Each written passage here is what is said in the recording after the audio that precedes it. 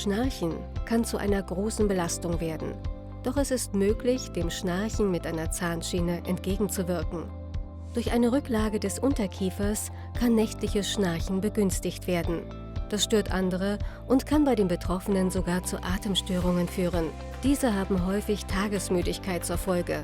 Die Tagesmüdigkeit wiederum kann gefährlichen Sekundenschlaf hervorrufen. Eine Protrusionsschiene, auch Schnarcherschiene genannt, kann meist dem Schnarchen entgegenwirken.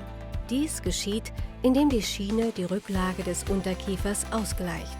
Haben Sie Fragen zur Schnarcherschiene? Gerne beantwortet unser Team der Zahnarztpraxis Dr. Thies persönlich Ihre offenen Fragen.